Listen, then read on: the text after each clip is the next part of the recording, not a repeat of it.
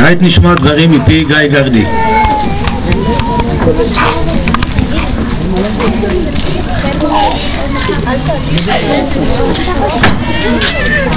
אני ברשותכם אגיד כמה מילים קצרות על הרגע המיוחד הזה שהוא רגע מאוד קשה ומבלבל תמיד, המעבר הזה בין יום ללילה, בין יום הזיכרון ליום העצמאות, בין ההזדהות שלנו עם הנופלים, עם החללים, עם מי שאיננו, לבין השמחה, שמחת הציבור, בין אמירת הקדיש יתום בבתי הקברות לבין אמירת הלל עוד רגע בבתי הכנסת, בין נרות הזיכרון לזיקוקים שעוד מתאים. זה רגע מאוד מבלבל שהגוף כבר נמצא ביום העצמאות אבל אנחנו כולנו עוד עמוק בתוך יום הזיכרון.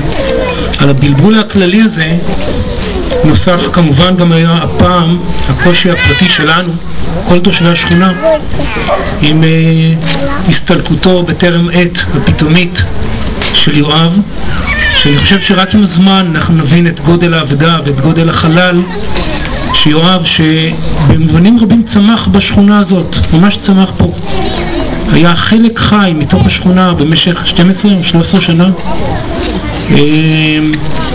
נער חולני עם מעט אוויר בריאות אבל עם נשמה עצומה שחיפתה על הכל, שנמצא בכל מקום וכל כולו נתינה, וכמעט נגע פה בנשמה של כל אחד ואחת מאיתנו, ואת גודל העבודה הזאת אני חושב שרק עם הזמן אנחנו נוכל להבין.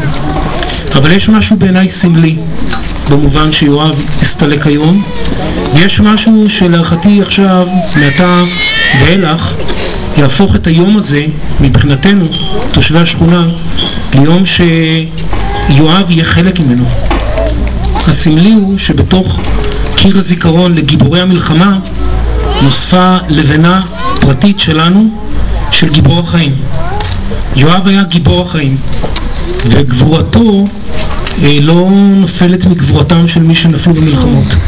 זה גבורתו של הנער הקטן עם כמו שאמרתי, עם הגוף החלש, עם מעט אוויר בנשמה, מעט אוויר בריאות, אבל עם נשמה עצומה שכל כולו נתינה וכל כולו חשיבה על החברה, ברוח הדברים היפים שאוסנת הקריאה קודם.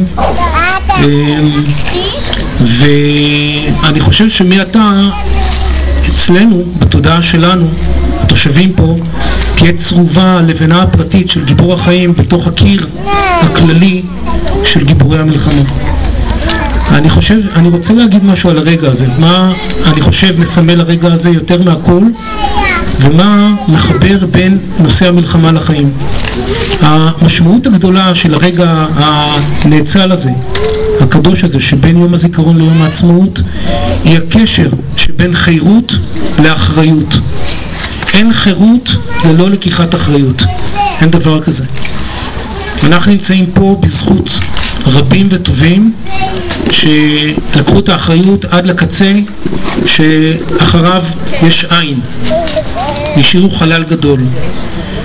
ובמובנים רבים הייתי אומר שכגודל האחריות שאתה מוכן לשאת על הכתפיים שלך, וזה לא משנה אם זה במלחמה או בחיים, גודל החירות שאתה זוכה לה. האלף הזאת היא אלף שממש מחברת את שני הימים האלו, יום הזיכרון ויום העצמאות, והמשמעות היא לא רק משמעות בעבר, היא משמעות לנו, בהווה, לכולנו. כי יום העצמאות הוא לא דבר מובן מאליו.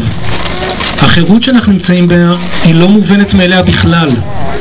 היא חירות שאנחנו, אם כולנו לא נהיה חלק מתוך האחריות לשמור עליה, היא פשוט לא תהיה. וזה לא הוראה, זה לא הזדהות עם העבר, עם מה שהיה לפני 61 שנה, זה הוראה, זה ציווי לעתיד, לפה, לעכשיו, לכל אחד ואחת מאיתנו. אז אני חושב שיש לנו בתוך, כמו שאמרתי, הקיר הכללי, לבנה פרטית שהיא דמות ומופת במובנים רבים, כיצד ראוי לחיות, כיצד ראויה להיות חברה מתוקנת, חברה יהודית, ואני מאחל לכולנו שבעזרת השם החברה שלנו תמשיך להיות מתוקנת יותר, חזקה יותר, בוטחת יותר בדרכה. יהי זכרו ברוך.